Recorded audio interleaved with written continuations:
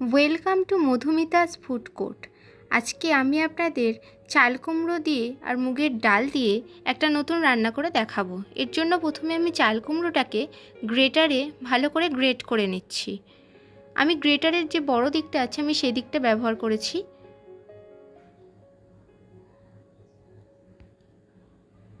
দেখুন, এটা আমার গ্রেট করা হয়ে গেছে এবং এটা খুব সুন্দর গ্রেট হয়েছে। আপনারা চাইলে এটাকে কেটে নিতে পারেন। এরপরে আমি এখানে মুগ ডালটাকে একটু হালকা করে ফ্রাই করে নেব। এখানে শুকনো খোলায় এরকমভাবে আপনারা এটাকে ভেজে নেবেন। বেশি লালচে করে ভাজার দরকার নেই, হালকা করে ভাজলেই চলবে।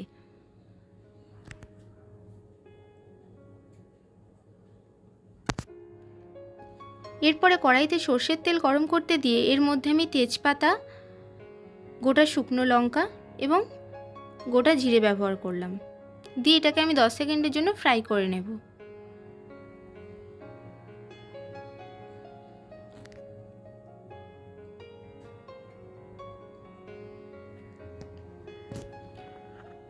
এটা ফ্রাই হয়ে গেলে এর মধ্যে আমি হাফ টিস্পুন হলুদ অ্যাড করব।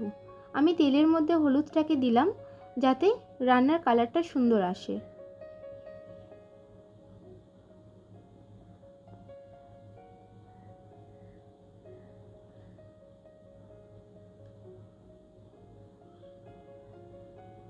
এরপরে আমি এর মধ্যে যে চাল কুমড়োটা গ্রেট করে রেখেছিলাম সেটা দিয়ে দিলাম।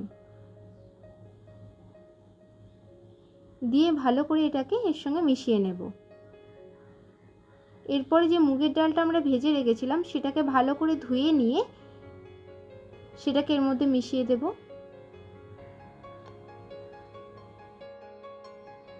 এরপর এতে আমি 1 টিস্পুন নুন অ্যাড করে দেব। এতে আমি কোনো রকম জল ব্যবহার করলাম না, যেহেতু চাল কুমড়ো থেকে প্রচুর পরিমাণে জল বের হয়, তো এতেই এটা সিদ্ধ হয়ে যাবে। আমি নুনটা মিশিয়ে দিলাম, দিয়ে এটাকে আমি সামান্য নেড়ে চেড়ে দিয়ে এটাকে চাপা দিয়ে আমি রান্না হতে দেব কিছুক্ষণ। চাল কুমড়ো থেকে যে জলটা বেরোবে এর মধ্যেই ডালটা সিদ্ধ হয়ে যাবে এবং এতে কোনো রকম মশলা ব্যবহার করার কোনো দরকার নেই। শুধুমাত্র নুন এবং হলুদ দিলেই এটা সুন্দর লাগবে।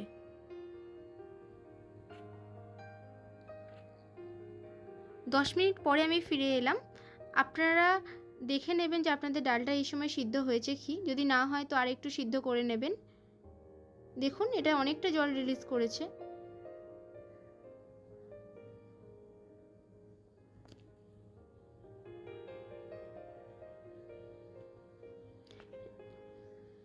এই জলটা একটু আমরা শুকনো করে নেব। এরপর আমি এর মধ্যে 1 টিস্পুন চিনি অ্যাড করলাম। মিষ্টিটা অবশ্যই দেবেন, যেহেতু নিরামিষ একটা রান্না, মিষ্টি দিলে বেশ ভালো লাগে। এরপরে এর মধ্যে আমি 1 টিস্পুন ঘি অ্যাড করলাম। ঘিটাও অবশ্যই দেবেন, আর কিছু দেবার দরকার নেই। দেখুন, এটা এখন আমার কমপ্লিট। এটাকে মিশিয়ে নিলাম। এটা গরম গরম ভাতের সঙ্গে আপনারা অবশ্যই ট্রাই করবেন এবং কেমন লাগলো আমাকে কমেন্টে জানাবেন। আর আমার চ্যানেলটিকে লাইক, শেয়ার, সাবস্ক্রাইব করতে ভুলবেন না। আর পাশে থাকা বেল আইকনটি প্রেস করে দেবেন যাতে নতুন নতুন ভিডিও আসার সঙ্গে সঙ্গে আপনাদের কাছে নোটিফিকেশন পৌঁছে যায়। বাই বন্ধুরা।